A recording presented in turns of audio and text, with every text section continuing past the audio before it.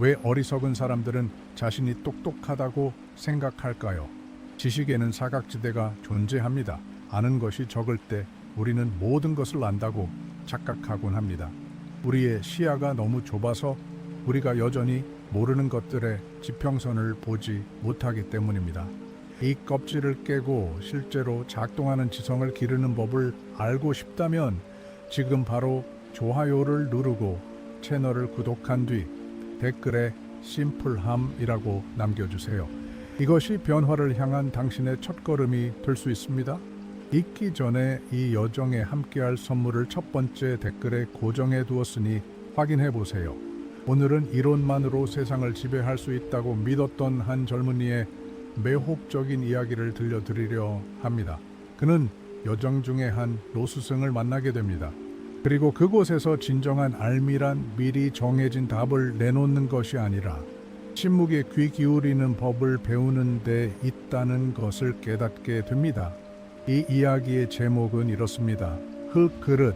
산의 추위는 단순히 피부로 느껴지는 것이 아니었습니다. 그것은 뼈까지 스며드는 존재감이었습니다. 새벽 4시 한 스승의 나뭇집 안 공기는 차가운 물처럼 밀도가 높았습니다. 눈을 뜨기도 전에 그는 소리를 들었습니다. 서리 아래서 아직 잠든 새들의 소리가 아니라 새벽의 정적 속에서 수축하는 삼나무 석가래의 미세한 뒤틀림 소리였습니다. 한 스승은 몸을 일으켰습니다.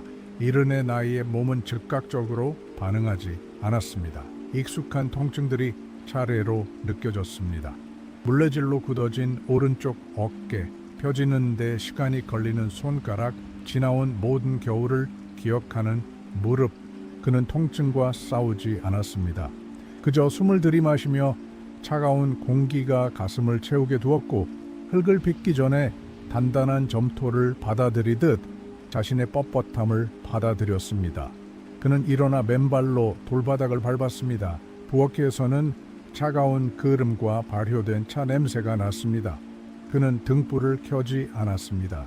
그의 손가락은 살아있는 그 어떤 사람의 얼굴보다도 그 방의 지도를 잘 알고 있었습니다. 성냥갑을 더듬어 찾아 불을 붙였습니다. 노란 불꽃이 그의 깊은 주름과 오래된 죄악처럼 검고 무거운 무소의 주전자를 잠시 비추었습니다. 물이 끓는 동안 그는 발코니로 나갔습니다. 아래로 펼쳐진 계곡은 우윳빛 안개의 바다였습니다. 유일한 색깔은 멀리 보이는 산마루의 검은빛에 가까운 짙은 푸른색뿐이었습니다. 오늘 이 고요함이 깨질 것입니다. 그는 알고 있었습니다. 며칠 전 가파른 오르막을 불평하던 우체부가 가져다준 편지 때문이었습니다. 수도에서 온 젊은이, 종이에는 도자 예술 학도라고 적혀 있었습니다. 한 스승은 하얀 입김을 내뱉으며 한숨을 쉬었습니다. 그는 이미 그런 이들을 많이 보았습니다. 그들은 비법이나 유약의 배합, 용감화의 정확한 온도를 훔치러 왔습니다. 불을 훔치고 싶어 했지만 영희는 견디지 못하는 이들이었습니다. 오르막은 가혹했습니다. 민호는 10번째로 멈춰 서서 무릎을 짚었습니다. 추운 날씨에도 불구하고 등줄기에는 땀이 흘러 기능성 등산복 안에 고운 린넨 셔츠를 적셨습니다. 배낭은 무거웠습니다. 그 안은 공책들과 고정밀 디지털 온도계, 희귀 광물 샘플, 그리고 규산염 화학에 관한 책 3권으로 가득 차 있었습니다. 그는 위를 올려다보았습니다. 오솔길은 뒤틀린 소나무 사이로 사라지고 있었습니다. 말도 안 돼, 그는 생각했습니다. 왜 저명한 스승이라는 사람이 세상의 발길이 닿지 않는 이런 곳에 사는 거지? 민호는 아마추어가 아니었습니다. 24살의 나이에 그는 왕립예술 아카데미에서 가장 유망한 학생이었습니다. 그의 작품들은 기술적으로 완벽했습니다. 달걀 껍데기처럼 얇은 벽, 완벽한 대칭, 결점 없는 유약. 하지만 지난 전시회에서 무자비한 비평가였던 그의 멘토는 민호의 달 한가리 앞을 멈추지 않고 지나쳤습니다. 훌륭한 거울이구나, 민호야. 노인이 말했습니다. 그 안에서 너의 기술은 보이지만 영혼은 보이지 않는구나. 번거리 같은 물건들이야. 그 말이 그를 괴롭혔습니다. 분노가 그를 산 위로 밀어 올렸습니다. 그는 기술이 곧 영혼임을 증명할 것이었습니다. 재료를 완벽하게 통제하는 것이 예술의 가장 높은 형태임을 보여주고 싶었습니다.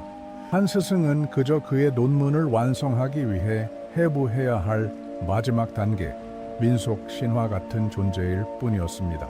마침내 고원에 도달했을 때 그는 마당을 쓸고 있는 노인을 발견했습니다. 그 움직임은 최면을 거는 듯했습니다. 쓱쓱쓱. 그것은 노동이라기보다 산의 시간을 조율하는 메트로놈처럼 보였습니다. 한 스승님이십니까? 민호가 숨과 채통을 가다듬으며 불렀습니다. 노인은 즉시 멈추지 않았습니다.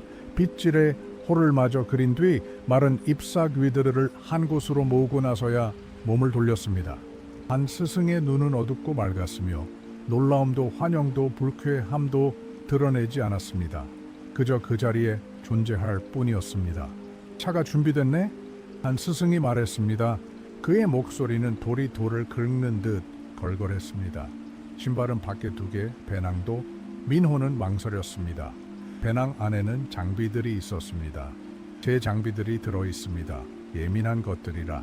집안은 안전하네. 무게는 밖에 두는 거야. 민호는 배낭을 내려놓았습니다. 안으로 들어서자 그는 묘하게 몸이 가볍고 중심이 맞지 않는 기분을 느꼈습니다. 마치 꼭 필요한 평형줄을 잃어버린 것 같았습니다. 찻자리는 거창한 의식이 아니었습니다. 한 스승은 그저 거친 사발 2개에 호박색 액체를 따랐습니다. 민호는 즉시 자신의 잔을 분석했습니다. 불완전 환원 소성, 그는 마음속으로 진단했습니다. 고르지 않은 가장자리, 바닥의 과도한 산화철, 기술적으로는 2급품이었습니다. 결점을 분석하는 건가 아니면 차를 마시는 건가? 한 스승이 자신의 잔에서 나는 김을 불며 보지도 않고 물었습니다. 민호는 자세를 바로 잡았습니다. 소박한 멋을 감상하고 있었습니다. 스승님, 와비사비라고 하죠. 불완전함 속에 아름다움 말입니다. 불완전함 속에 아름다움 따위는 없네. 한 스승이 단호하게 대꾸했습니다. 그건 게으른 시인들의 변명일 뿐이야. 그릇이 그렇게 생긴 건 그날 흙이 그러고 싶어 했고 불이 동의했기 때문일 뿐이네. 마시게. 차 식겠어? 액체는 뜨겁고 쓰고 흙내음이 났습니다. 스승님의 청제대해 배우러 왔습니다. 민호가 본론을 꺼냈습니다. 시간이 없었습니다. 비 온 뒤에 하늘색 말입니다. 인공 안료 없이 청록색 빛을 내신다고 들었습니다. 제가 1280도에서의 산소 환원에 관한 노트와 한 스승이 일어났습니다. 움직임은 느릿하면서도 마디마디가 살아있었습니다. 오늘은 테토를 준비할 거네. 테토요? 민호가 눈을 깜빡였습니다. 제가 가공된 점토를 가져왔습니다. 수입산이고요.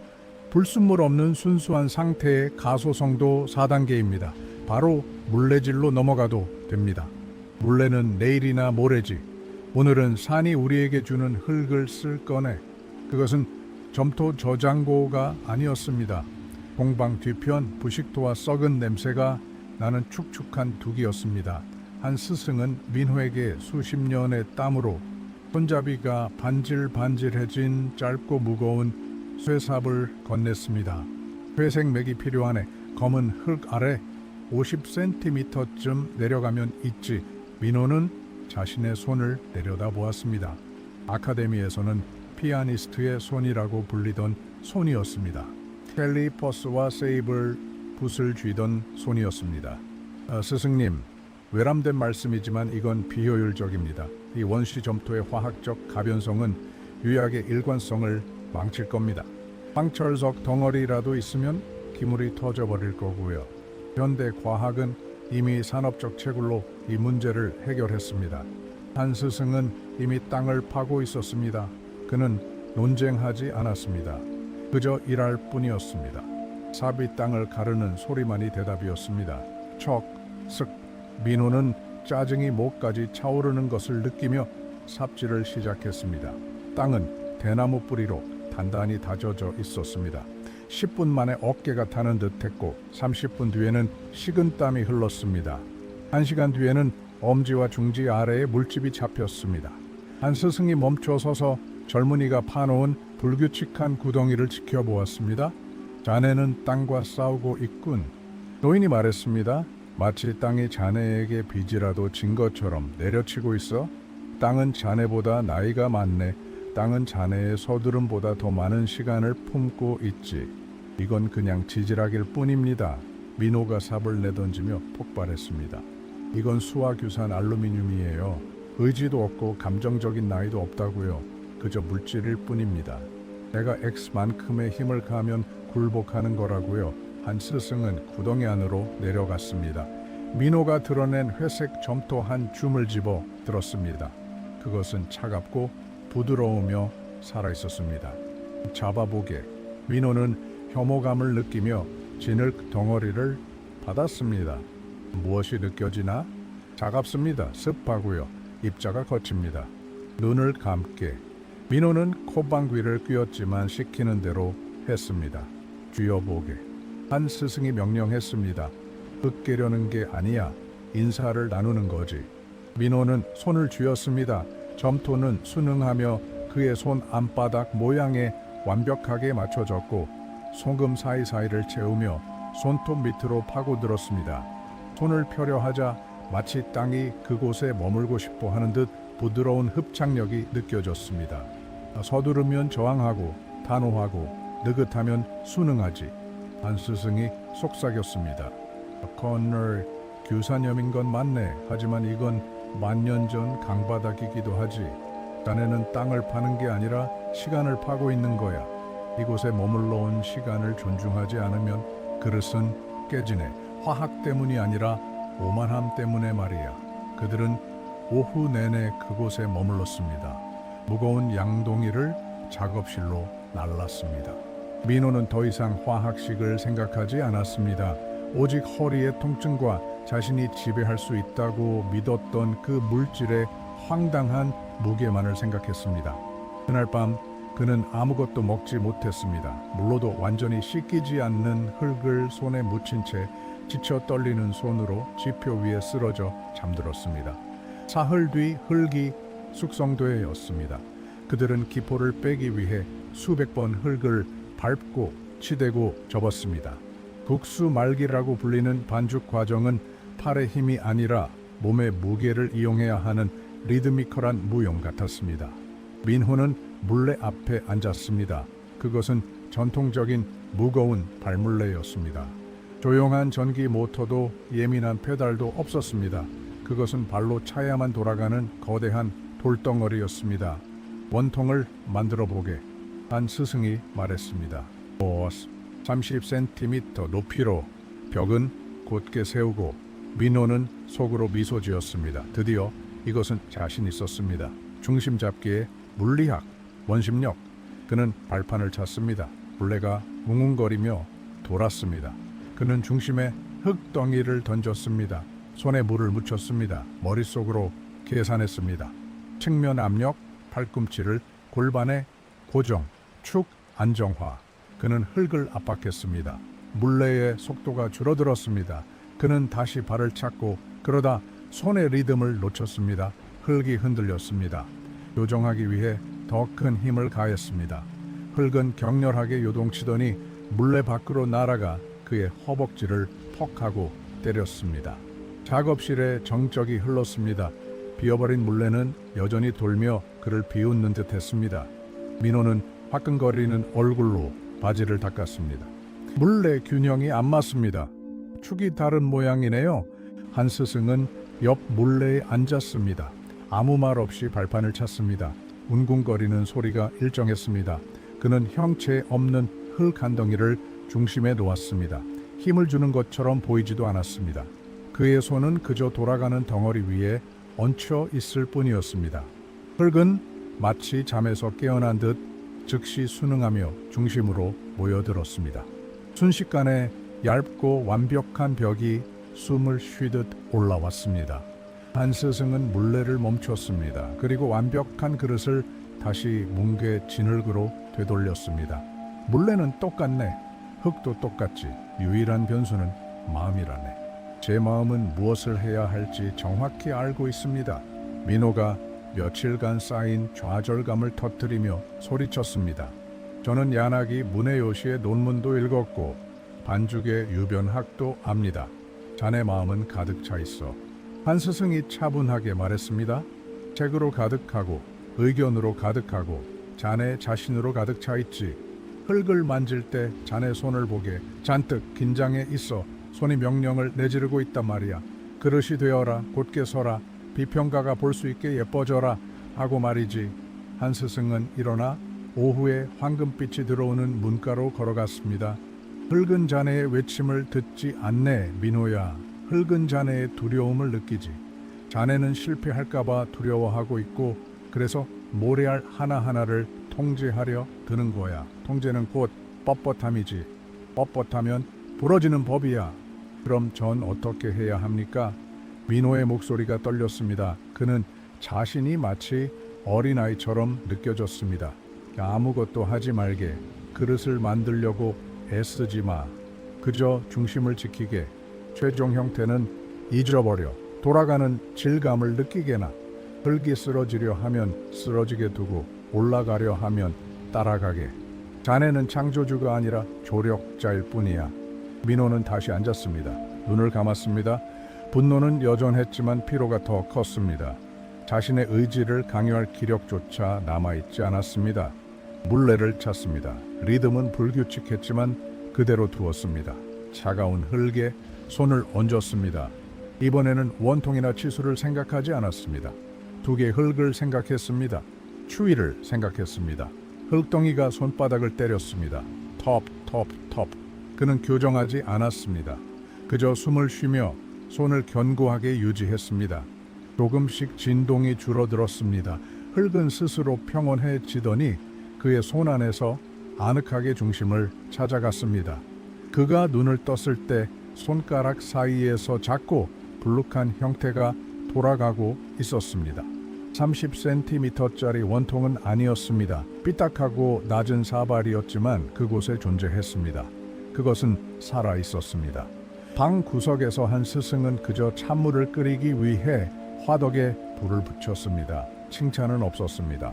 공유된 침묵만이 필요한 유일한 인정이었습니다. 다음 일주일은 가마질 준비로 보냈습니다. 비탈을 타고 올라가는 벽돌 골에 아나가마 가메부를 지펴야 했습니다. 그것은 스위치를 올리는 일이 아니었습니다. 괴물에게 먹이를 주는 일이었습니다. 전지 안보도가 필요하네. 한 스승이 말했습니다. 하지만 온도계는 중요하지 않아. 불의 색깔이 중요하지. 그들은 땔감을 팼습니다. 적소나무 수톤이 필요했습니다. 가마질은 사흘 밤낮 동안 쉼없이 계속되었습니다. 그들은 교대로 일했습니다. 한 사람이 2시간을 자는 동안 다른 사람은 5분마다 가마 아궁이에 장작을 넣었습니다. 둘째 날 밤 피로는 환각을 일으킬 정도였습니다. 민호는 가마 틈새로 새어나오는 불꽃의 얼굴을 비추며 그루터기에 앉아 있었습니다. 열기는 눈이 마를 정도로 참기 힘들었지만 등 뒤로 느껴지는 밤의 추위는 잔혹한 대조를 이루었습니다. 한 스승이 가마 아궁이 잔불에 구운 고구마 2개를 가지고 다가왔습니다. 그는 청년에게 하나를 던져주었습니다. 손가락이 될 정도로 뜨거웠습니다. 민호는 고구마를 이리저리 굴리며 그을린 껍질을 벗겨 한 입 베어 물었습니다. 훈연된 단맛이 입안 가득 퍼졌습니다. 평생 먹어본 것 중 가장 맛있는 음식이었습니다. 왜 이렇게 하시는 겁니까? 민호가 입안 가득 고구마를 문채 물었습니다. 가스가마도 있고 정이가마도 있잖아요. 프로그램도 가능하고요. 밤잠을 설칠 필요가 없으실 텐데요. 한 스승은 안에서 포효하는 불꽃을 바라보았습니다. 가스는 깨끗하지? 나무 불은 더럽고 말이야. 나무재가 안에서 날아다니다가 녹아서 천연 유약이 되는 거라네. 그건 우연이지 민호야. 가스가마는 자네가 계획한 것을 주지만 나무가마는 자네가 받을 자격이 있는 것을 준다네. 민호는 불을 바라보았습니다. 가마를 열기가 두렵습니다. 다 깨져 있으면 어쩌죠? 제 그릇이 터져 버렸으면요. 그럼 파편을 얻는 거지. 한 스승이 어깨를 으쓱하며 말했습니다. 파편은 화분 배수용으로 아주 좋아. 버릴 게 없지. 하지만 그 노력이 노력은 이미 끝났네. 물레 앞에 앉아있던 자네 자체가 노력이었어. 가마에서 나오는 건 그 순간에 화석화된 기록일 뿐이라네. 자네가 불안했다면 그릇도 긴장한 채 나올 것이고 평온했다면 가볍게 나오겠지. 가마는 무자비한 거울이라네. 한 스승은 장작 하나를 더 던져 넣었습니다. 불꽃이 별이 빛나는 하늘로 솟구쳐 오르며 성단과 뒤섞였습니다. 스승과 제자의 차이를 아나? 한 스승이 나직이 물었습니다. 스승님은 실수를 안 하시는 건가요? 아니네. 스승은 제자가 시도한 것보다 더 많은 실수를 해본 사람이라네. 다만 스승은 실수한 자신을 미워하는 걸 멈췄을 뿐이지. 깨진 파편을 보고 흙이 이 곡선을 견디지 못했구나. 흥미롭네 라고 말하며 다시 시도하는 거야. 자네는 실수를 증오하고 있어. 실수가 태어나기도 전에 죽여버리고 싶어 하지. 그게 기물의 생명력을 죽이는 거라네. 민호는 대답을 준비하는 대신 그저 침묵하며 벽돌용이 내뿜는 포효를 들었습니다. 처음으로 그는 답변을 궁리하지 않고 오직 듣고만 있었습니다. 가마를 식히는데 또 나흘이 걸렸습니다. 기다림은 신체적인 고문과도 같았습니다. 민호는 미지근해진 벽돌벽을 만지며 가마 주위를 맴돌았습니다. 마침내 진흙으로 봉인했던 문을 깨자 잔열이 얼굴을 덮쳤습니다. 한 스승이 먼저 들어갔습니다. 그리고 선반 위의 기물들을 밖으로 나르기 시작했습니다. 잿빛, 갈색, 옆면에 녹색 유리 방울이 흘러내린 기물들. 그것들은 거칠고 야생적이었습니다. 이윽고 한 스승이 민호의 작은 사발을 가지고 나왔습니다. 그것은 책에 나오던 완벽한 청자가 아니었습니다. 제가 한쪽에 불규칙하게 앉아 복숭아 피부처럼 거칠고 황금빛이 도는 얼룩을 만들었습니다. 다른 쪽은 매끄럽고 깊이 있는 연한 녹색이었습니다. 강한 열기 때문에 가장자리는 살짝 타원형으로 일그러져 있었습니다. 민호는 사발을 손에 쥐었습니다. 아카데미의 기준대로라면 소성결함, 고온 변형, 회분 오염이었습니다. 판정, 낙제. 하지만 그는 햇빛의 사발을 비추어 보았습니다. 그 안에는 은하계가 담겨 있었습니다. 황금빛 얼룩은 일몰 무렵의 산 같았고 녹색은 깊은 호수 같았습니다. 그것은 자꾸만 만지고 싶게 만들었습니다. 그것은 무게감과 고유한 중력을 가지고 있었습니다. 완벽하지 않네요. 민호가 속삭였습니다. 그러게 한 스승이 동의했습니다. 정직하구먼. 이별은 만남만큼이나 갑작스러웠습니다. 민호는 배낭을 챙겼습니다. 그리고 한 스승의 탁자 위에 화학 책들을 남겨두었습니다. 불 지필 때 쓰세요. 그는 반은 농담으로 반은 진심으로 말했습니다. 한 스승은 오솔길 입구까지 배웅해 주었습니다. 아침 햇살은 강렬했고 밤새 얼었던 것들을 녹이고 있었습니다. 스승님, 민호는 배낭을 고쳐 맸습니다. 전 푸른 유약의 배합법을 배우지 못했습니다. 그랬지. 정확한 온도를 조절하는 법도 배우지 못했고요. 그랬지. 제 멘토에게 뭐라고 말해야 할까요? 한 달 동안 땔감이나 나르고 비뚤어진 사발이나 만들었다고 해야 할까요? 한 스승이 미소 지었습니다. 민호가 처음으로 본 노인의 온전한 미소였습니다. 누런 치아와 눈가에 수많은 주름이 드러나는 미소였습니다. 손을 어디에 두어야 하는지 배웠다고 말하게나. 어디입니까? 한 스승은 자신의 가슴을 만진 뒤 민호의 가슴을 건드렸습니다. 머리박, 그리고 흙 아니라네. 한 스승은 앞치마 주머니에서 무언가를 꺼냈습니다. 강물에 씻겨 매끄러워진 작은 돌멩이 하나였습니다. 평범하고 흔한 돌이었습니다. 가져가게. 다시 머릿속이 시끄러워지고 목소리와 이론들로 가득 차면 이걸 쥐게나. 돌이 매끄러워지기까지 1000년 동안 그저 물이 흐르게 두었을 뿐이라는 걸 기억하게. 돌은 강물과 다투지 않았네. 민호는 돌을 간직했습니다. 그리고 허리가 아플 정도로 깊은 절을 울렸습니다. 그것은 예의가 아니라 자신을 내려놓는 몸짓이 되기에 충분할 만큼 긴 시간이었습니다. 그는 길을 내려가기 시작했습니다. 배낭의 무게가 이제는 다르게 느껴졌습니다.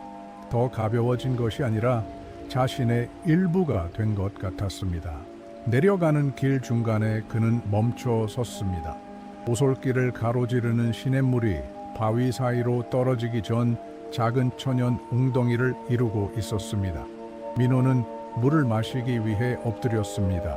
물은 이가 시릴 정도로 차가웠습니다. 몸을 일으키다 그는 웅덩이의 잔잔한 수면에 비친 자신의 모습을 보았습니다. 그을음이 묻은 얼굴, 엉클어진 머리, 깎지 않은 수염을 보았습니다. 피곤에 지친 눈을 보았습니다. 하지만 수년 만에 처음으로 그는 그 모습을 판단하지 않았습니다. 머리를 잘라야겠어 라거나 실패자처럼 보이네라는 생각을 하지 않았습니다. 그는 그저 한 남자를 보았습니다. 사발 하나를 빚을 줄 아는 한 남자를 말입니다. 그는 바닥에서 작은 돌 하나를 집어 물속으로 던졌습니다. 퐁당! 파문이 퍼져나가며 그의 얼굴을 왜곡시키고 추상적인 형태와 흔들리는 괴물들, 조각난 빛들로 바꾸어 놓았습니다. 그는 기다렸습니다. 손으로 물을 가라앉히려 하지 않았습니다. 파도를 멈추려 애쓰지도 않았습니다. 그저 기다렸습니다. 천천히 에너지가 흩어졌습니다. 물은 다시 거울이 되었습니다. 얼굴이 돌아왔고 그 얼굴은 뒤로 비치는 하늘과 어우러져 평온해 보였습니다. 민호는 미소 지었습니다. 천에 감싸인 비뚤어진 사발이 들어있는 주머니를 만져본 뒤 세상을 지탱하는 땅에 닿는 자신의 장화 소리를 새롭고도 탐욕스러운 집중력으로 들으며 산을 내려갔습니다. 이제 좀 더 겸손하게 나아가십시오. 모든 것을 안다는 착각이야말로 당신의 지성을 가장 제한하는 것임을 이해하십시오. 진정한 파멸은 지능의 부족이 아니라 자신의 무지를 인정하지 못하는 무능함에 있습니다. 모든 것이 너무 명백해 보인다면 그것은 사고가 진화를 멈췄다는 신호입니다. 이 이야기가 거짓된 확신의 위험성과 지적 단순함의 가치에 대해 생각해 보게 했다면 댓글에 심플함이라고 적어주세요. 그리고 첫 번째 댓글에 고정해 둔 선물도 놓치지 말고 확인하시기 바랍니다.